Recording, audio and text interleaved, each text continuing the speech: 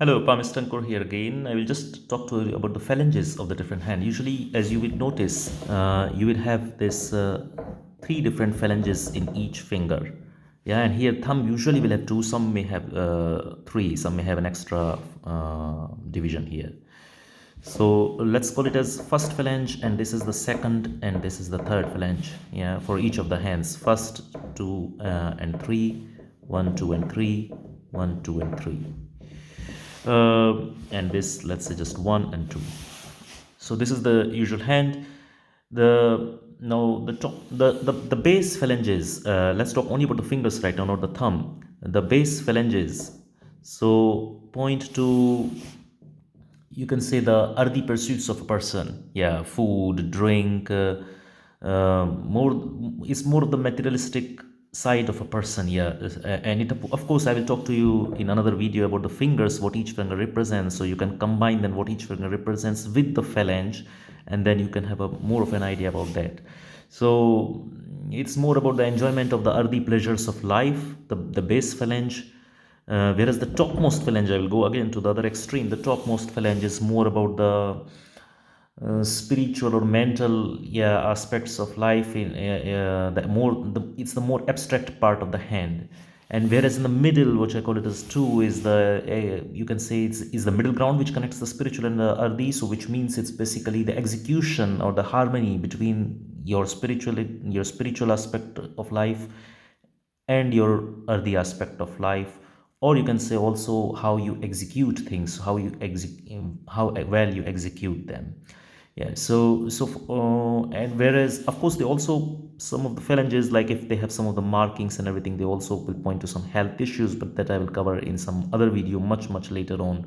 But this is the main thing to understand right now if you are looking at someone's hand.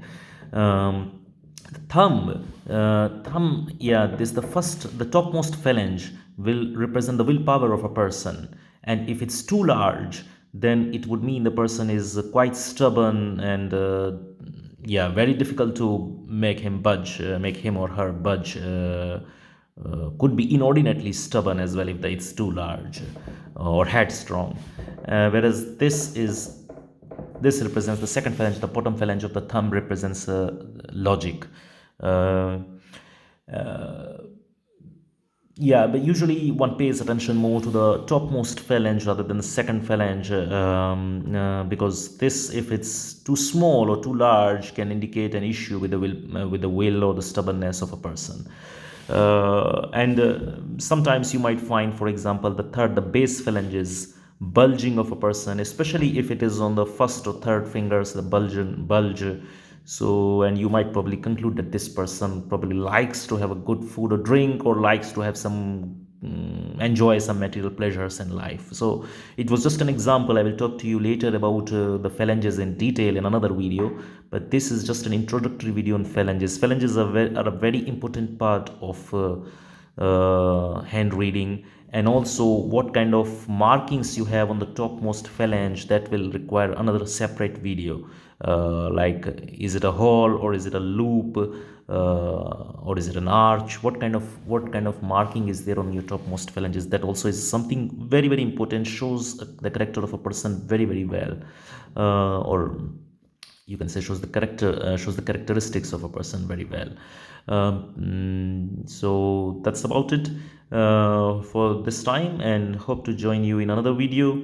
Please, as I always say at the end of the video, like, share and subscribe. Thank you.